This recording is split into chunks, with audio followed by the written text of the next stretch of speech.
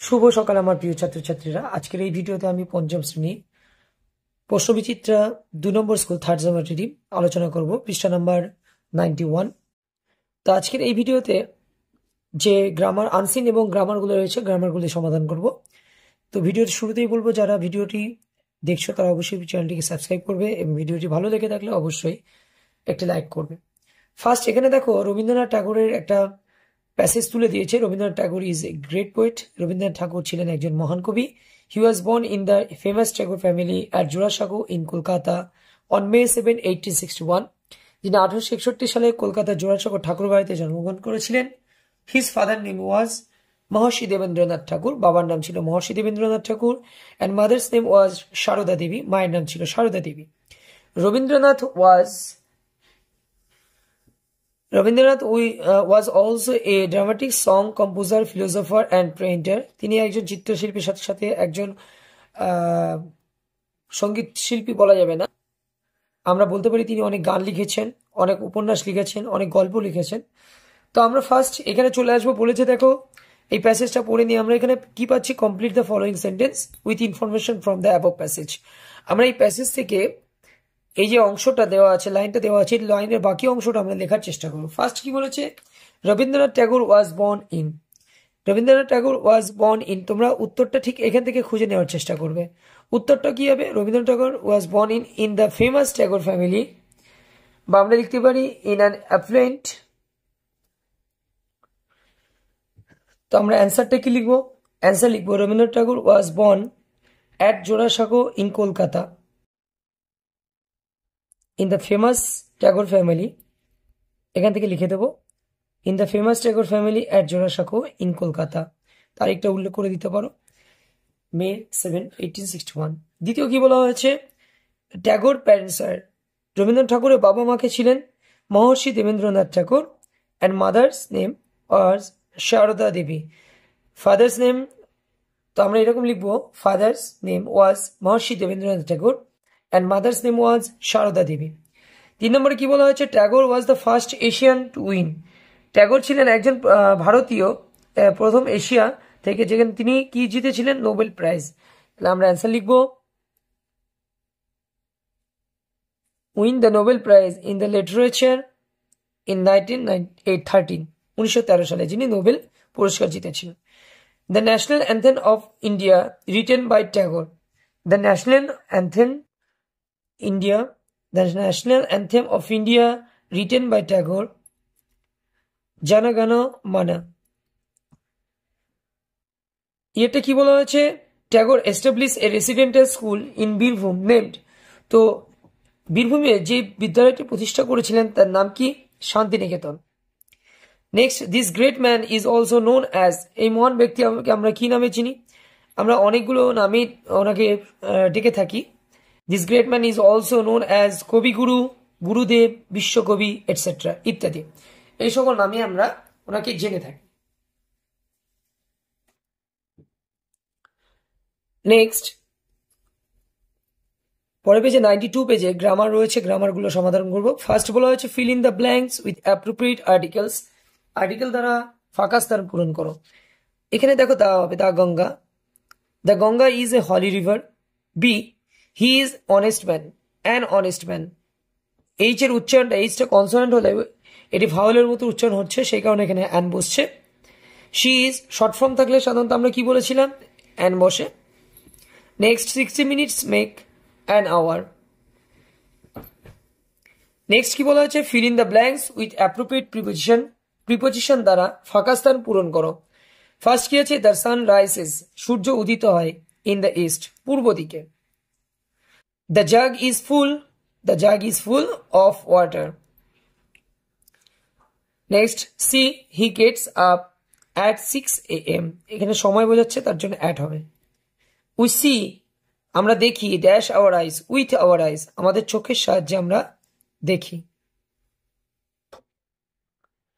Next কি আছে, 6 নম্বর, fill in the blanks taking adverb from the help box. Help box থেকে নিয়ে অ্যাডভার্ব গুলো নিয়ে আমাদেরকে পূরণ করতে হবে। The man is poor, the man is very poor. বিটা, the old man is walking, the old man was walking, is walking slowly. বৃদ্ধ মানুষটি হাঁটছিলেন খুবই ধীর গতিতে।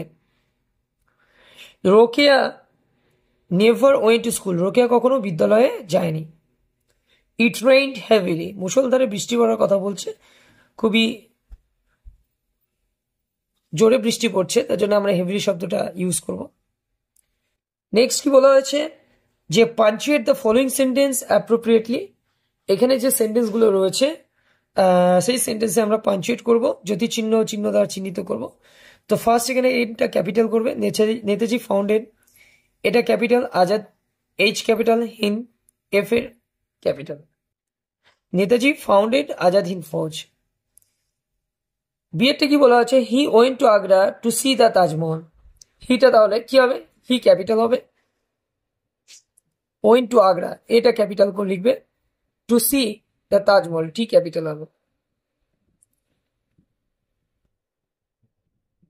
নেক্সট বলা হচ্ছে filling the blanks with the present continuous form. তো এখানে যে সেন্টেন্সটা আছে ব্র্যাকেটে থাকা যে শব্দটা আমরা এর প্রেজেন্ট কন্টিনিউয়াস ফর্ম লিখবো। তো এখানে কি আছে, প্লে, প্লে এর কন্টিনিউয়াস ফর্ম হবে প্লেইং, কি হবে প্লেইং। কিন্তু তার আগে আমরা একটা জিনিস খেয়াল রাখবো, এগুলোর ক্ষেত্রে আমরা বি ভার্বটা বসানোর চেষ্টা করব, ঠিক আছে। তাহলে আমরা লিখবো the children are playing,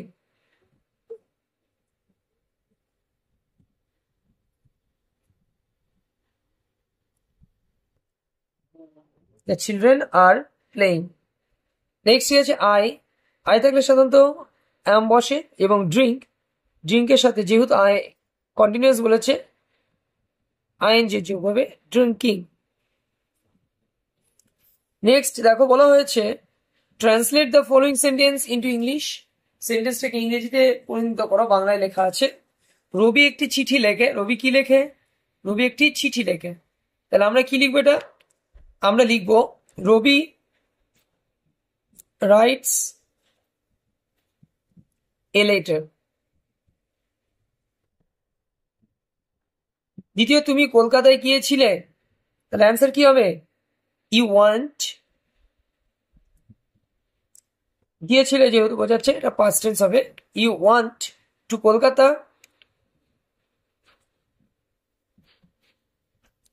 you want to Kolkata.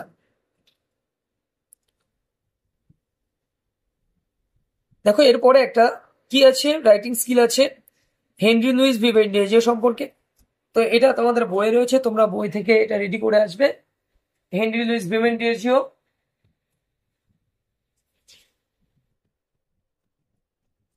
এরপরে দেখো একটা আনসিন রয়েছে বেগম রোকেয়া সাখাওয়াত সম্বন্ধে। তো আনসিনটা আমরা, এই যে গল্পটা আছে বেগম রোকেয়া সাখাওয়াত হোসেনের, এই গল্পটা তোমাদের বইয়ে পেয়ে যাবে, তবে আমি এটা আমাদের সলভ করে দেখাচ্ছি। প্যাসেজটা এট ফার্স্ট পড়ে নেবে, প্যাসেজটা আমি একবার পড়ে নিচ্ছি। She is Begum Rokeya, a remarkable woman whose depicts considerably changed the state of female education in Bengal. Her full name was Begum Rokeya Sakhawat Hossain. তোমরা পুরোটা পড়ার চেষ্টা করবে, আমরা সরাসরি অ্যান্সারে চলে যাচ্ছি। ফার্স্ট বলেছে complete the following sentence with information from the passage. Begum Rokeya was born, Begum Rokeya জন্মগ্রহণ করেছিলেন। তাহলে আমরা অ্যান্সারটা কি লিখবো, Begum Rokeya was born in an affluent Muslim family. In an affluent, আমি একটা লিখে দিচ্ছি, বাকিগুলো বই দাগিয়ে দেব, মুসলিম ফ্যামিলি, এটা হচ্ছে ফার্স্ট এর অ্যান্সার। দ্বিতীয় বলা হচ্ছে রোকেয়া ফুল নেম ওয়াজ, রোকেয়ার পুরো নাম কি ছিল, Rokeya full name was Begum Rokeya Sakhawat Hossain.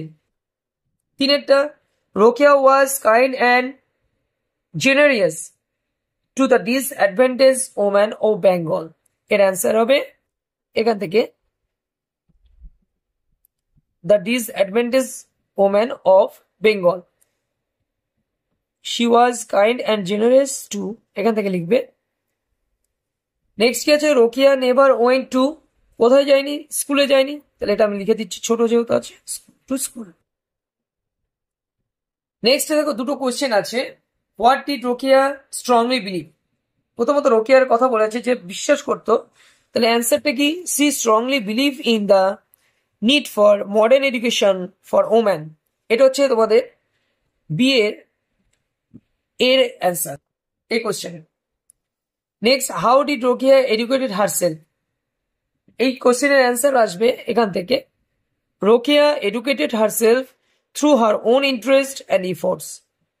এটা হচ্ছে বি এর অ্যান্সার। তো দেখো, আমি তোমাদের একটা কথাই বলছি, এর আগেও বলেছি, তো ফার্স্ট ইংলিশের যে সিন এবং আনসিন গুলো থাকবে, এগুলো যখন করবে না, বিশেষ করে সিনটা যখন করবে, আনসিনে তো এটা উল্লেখ করে দিয়েছে আনসিনের সিনের ক্ষেত্রে, কিন্তু আনসিনে যেটা উল্লেখ করা থাকবে, তো ওইগুলো দেখে কি তোমরা ওটা পড়ে নেবে, ভালো করে পড়ে নিয়ে তারপরে অ্যান্সার গুলো করার চেষ্টা করবে। তাহলে কি হবে, একবার যদি খুব ভালো করে পড়ো না, তাহলে জিনিসটা পুরোটা ক্লিয়ার হয়ে যাবে, তাহলে বারবার খুঁজতে হবে না। ঠিক আছে, যেমন দেখো আমি এর পরের পেজে আসছি, 91 পেজে যে ট্রু ফলস রয়েছে।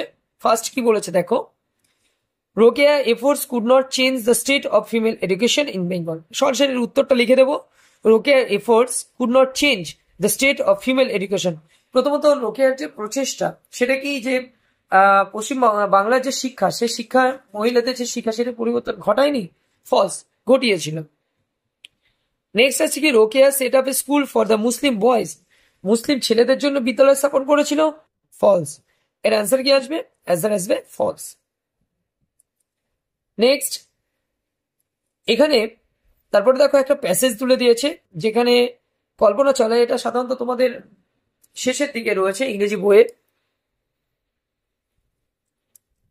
তো প্যাসেজটা পড়ে ঠিক যেমন আমরা সিন আনসিনের অ্যান্সার গুলো করেছি, এই অ্যান্সার গুলো ঠিক একই রকম ভাবে তোমরা করবে। এর পরবর্তী ভিডিওতে আমি 3 নম্বর স্কুল নিয়ে আলোচনা করব। তো ভিডিওটি যদি তোমাদের ভালো লেগে থাকে, অবশ্যই ভিডিওটিতে একটি লাইক করবে এবং কমেন্টের মাধ্যমে অবশ্যই জানাবে, এবং ভিডিওটিতে একটি লাইক করবে। তার সাথে সাথে আমার যে চ্যানেলটি রয়েছে, চ্যানেলটিকে অবশ্যই সাবস্ক্রাইব করবে।